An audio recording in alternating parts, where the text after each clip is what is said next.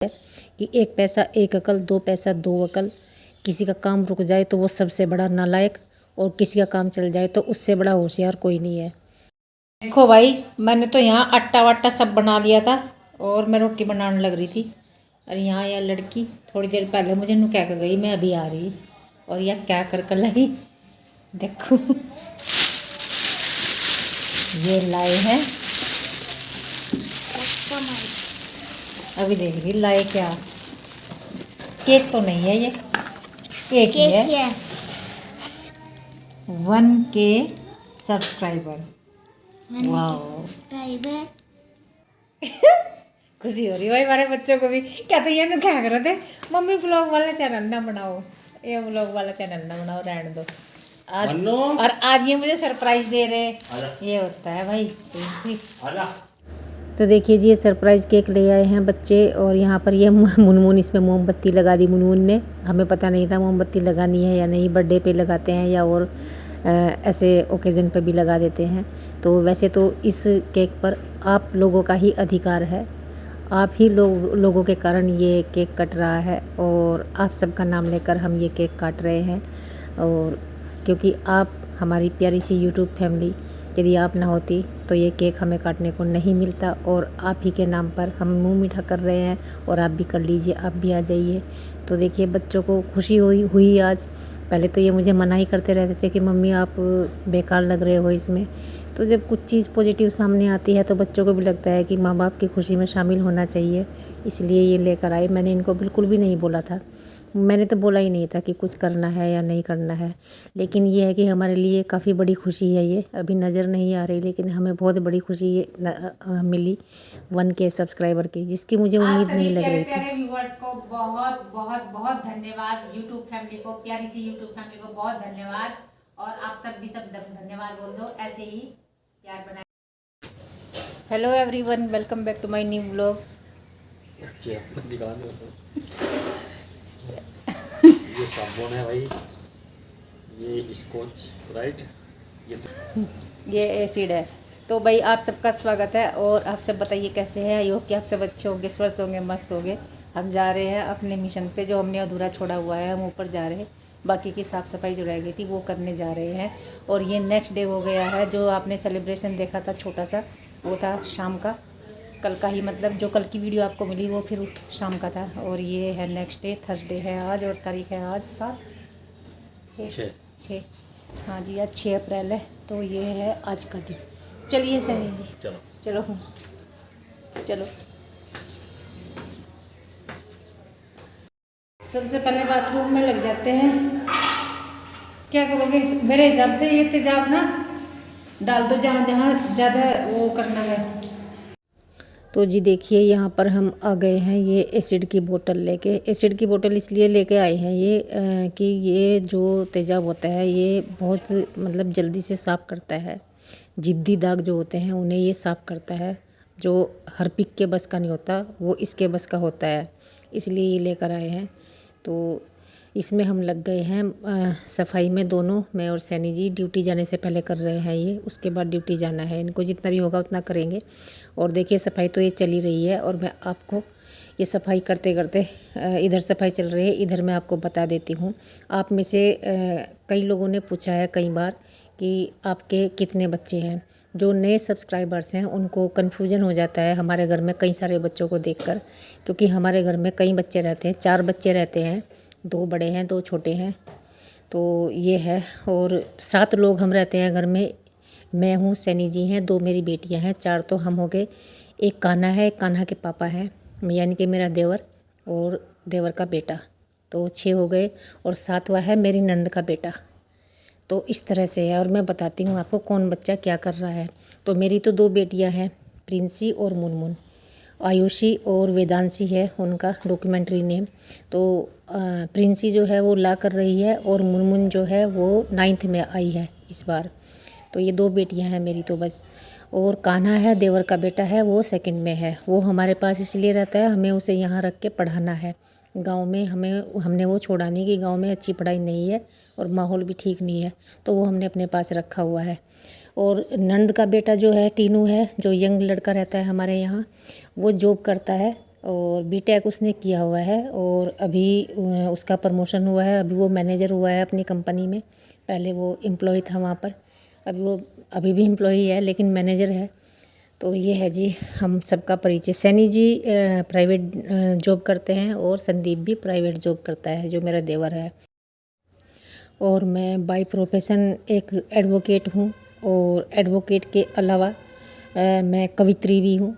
अब तक मंचों पर जाती रही हूँ और कोर्ट भी रेगुलर जाती थी। प्रैक्टिशनर एडवोकेट हूँ मैं।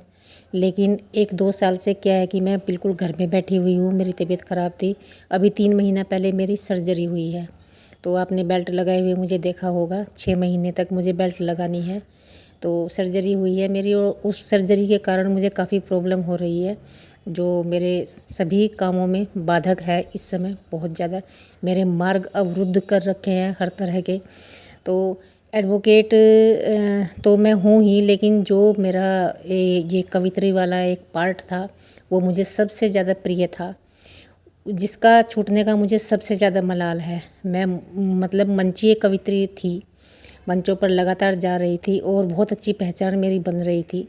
और कभी कभी हमने सेलिब्रिटी वाली फीलिंग भी आई है जब हम मंचों पे होते थे और नीचे खड़े हुए हमारे प्यारे से जो दर्शक होते थे, जो प्रशंसक होते थे, वो ये बोलते थे, दीदी आपके साथ एक फ़ोटो लेनी है, दीदी आपके साथ एक फ़ोटो लेनी है, मैम एक फ़ोटो, मैम एक फ़ोटो।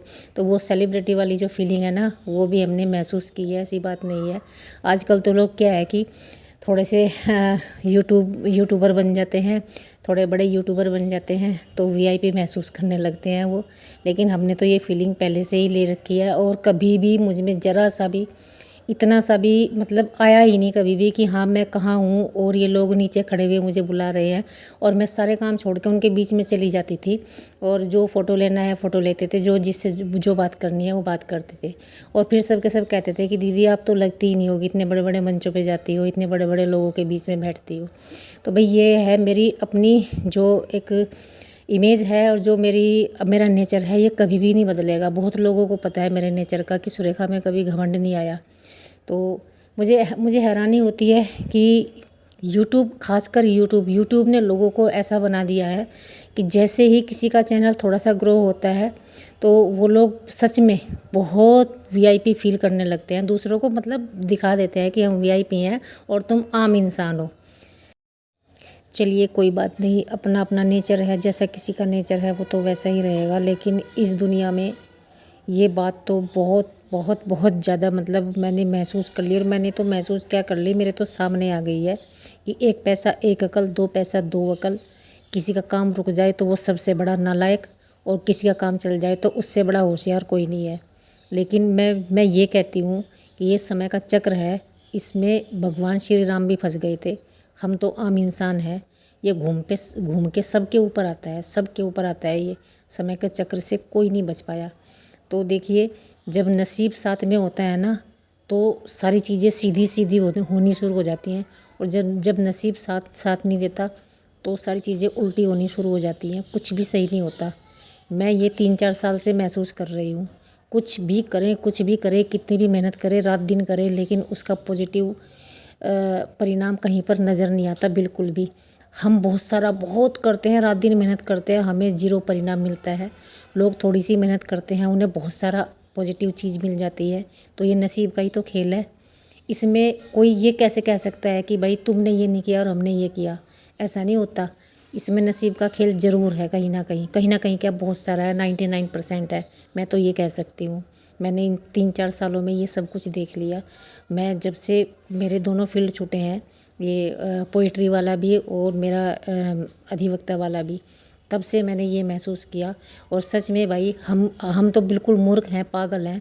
हमें तो लोगों ने साबित भी कर दिया कि तुम्हें तो कुछ भी नहीं पता, तुम्हें कुछ भी नहीं पता। तो ये चीज़ें महसूस की हैं। कोई बात नहीं, चलिए छोड़ो इन बातों को। मैंने बोला ना मैं बहुत भावुक हूँ। जब मैं इन चीज़ों में घुस जाती हूँ तो मुझे बस कुछ नहीं सोचता, मैं फिर पता नहीं कितनी गहराई में पहुँच जाती हूँ। और ऐसा मन होता है कि सारी चीज़ें उड़ेल दूँ, आज निकाल दूँ मन में जो भी है, लेकिन नहीं निकालूँगी। और ये जो देखिए हम बाथरूम साफ़ कर रहे हैं, आपने देखा ही किस तरह से कर रहे हैं, सारा कर दिया था और ये रह गया था शावर, और बाद में ये भी कर दिया सैनी जी ने। तो इसमें काफ़ी एफ़र्ट लगाना पड़ा, बहुत मेहनत की। और मैंने बिल्कुल इसी तरह से नीचे जो हमारा बाथरूम है ग्राउंड फ्लोर पे, वो भी मैंने ऐसे ही साफ़ किया था। और देखिए ये साफ़ हो गया है। और हम यहाँ 8:10 पे आए थे, 9:30 बज गए हैं। तो ऐसा नहीं है कि यही साफ़ किया है, और मैंने उसकी वीडियो बिल्कुल इसी तरह से बनाई थी, आपको मिलेगी वो वीडियो, तो देख लेना। मैंने अपना नीचे वाला बाथरूम जब साफ़ किया था, तो इस तरह से ऐसा लग रहा है। ये देखिए फाइनल लुक ये है, काफ़ी साफ़ हो गया है, सुंदर लग रहा है बहुत। तो बताना ज़रूर आपको कैसी लगी हमारी बाथरूम की क्लीनिंग। आप देख लेना मेरी वीडियो सर्च करके मेरे चैनल पे। नीचे वाला बाथरूम मैंने 1 साल पहले किया था, तो वो देख लेना, वो भी मैंने किया था। और देखिए बाथरूम तो हो ही जाता है, अगर थोड़े से दिन साफ़ ना करें बाथरूम में बहुत गंदा हो जाता है। तो ऐसी बात नहीं है कि यही हो रखा है, सारे ही बाथरूम हो जाते हैं गंदे। तो मैंने वो भी किया था, तो वो भी गंदा ही था उस समय। तो जी बस यहाँ से तो हम अब निकलते हैं, अब समय नहीं बचा है क्योंकि 9:30 बज गए थे, सैनी जी का समय हो गया था ड्यूटी जाने का। ऊपर का बाथरूम साफ करने के बाद फिर हम नीचे आए, सैनी जी नहाए, पूजा वूजा करी, नाश्ता किया और मैंने नाश्ता बनाया। वो चले गए ड्यूटी और फिर मैं नहाई धोई, और अब बजे हैं 11। अभी और काम पड़ा हुआ है, वो मैं यहाँ का निपटा लेती हूँ। थोड़ा सा किचन की सफाई रहेगी, थोड़े कपड़े तय, थोड़े क्या कपड़े बहुत सारे तय करने के लिए पड़े हैं, वो तय बनाऊँगी। और फिर खाना बनेगा, और खाना वाना खाने के बाद लंच ब्रेक में आएंगे जब सैनी जी, उसके बाद फिर ऊपर जाएंगे, फिर करेंगे हम किचन साफ। तो ये है जी अब तक की अपडेट, और देखते हैं आज ही किचन साफ कर पाते हैं कि नहीं तो ये रोज़ रोज़ का हो जाएगा। और एक बार साफ करके फिर ये है कि वहाँ पे इतना वो नहीं करना पड़ेगा, फिर पोछा वोछा मारना पड़ेगा, वो भी डेली नहीं, कई कई दिन बाद। और देखिए जी यहाँ का मौसम जो है वो ऐसा हो रखा है, बार बार ये कपड़े रख देते हैं फिर निकालने पड़ जाते हैं। बच्चे भी पहली बार ऐसा हुआ कि स्कूल से इंस्ट्रक्शंस मिले हैं कि बच्चे विंटर वाले ही यूनिफॉर्म में आएंगे। अब तक विंटर वाले यूनिफॉर्म में जा रहे हैं। न्यू सेशन शुरू हो चुका है अप्रैल में जो होता है, और उसमें समर वाली यूनिफॉर्म निकल जाती है बच्चों की, वही पहन के जाते हैं। लेकिन इस बार बच्चे विंटर वाली पहन के जा रहे हैं, और हमें भी ये कपड़े पहनने पड़ रहे क्योंकि ठंड हो रही। और आज तो मैंने कान्हा को कोट भी पहना के भेजा, आज इतनी ठंड थी सुबह। पता नहीं कैसा मौसम है, मतलब बेमौसम की चीज़ें हो रही। जब सर्दी नहीं होनी चाहिए सर्दी हो रही, जब बारिश नहीं होनी चाहिए बारिश हो रही, ये हो रहा। कुदरत की माया है जी।